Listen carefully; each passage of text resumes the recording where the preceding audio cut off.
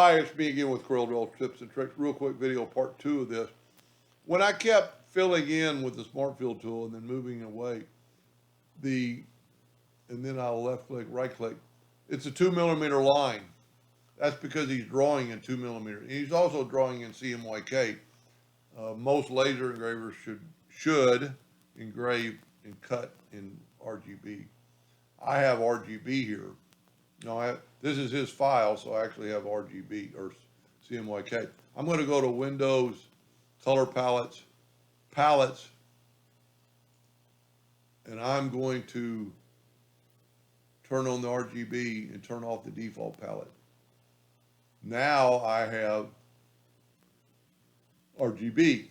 So it's still set on CMYK.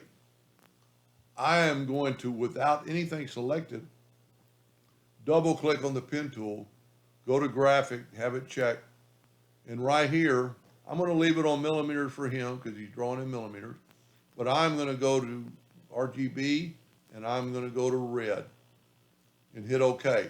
Now, when I take the Smart Fill tool and fill this in, when I take it away and I left click, right click, it is on hair. Maybe I didn't change it to maybe I did not change it. So with nothing selected, I thought I changed it. Hairline, red. Maybe I didn't change it. So now everything you take and use the Smart Fill tool on, or any graphic, left click, right click, and now it's a hairline. You don't have to change that to a 2mm.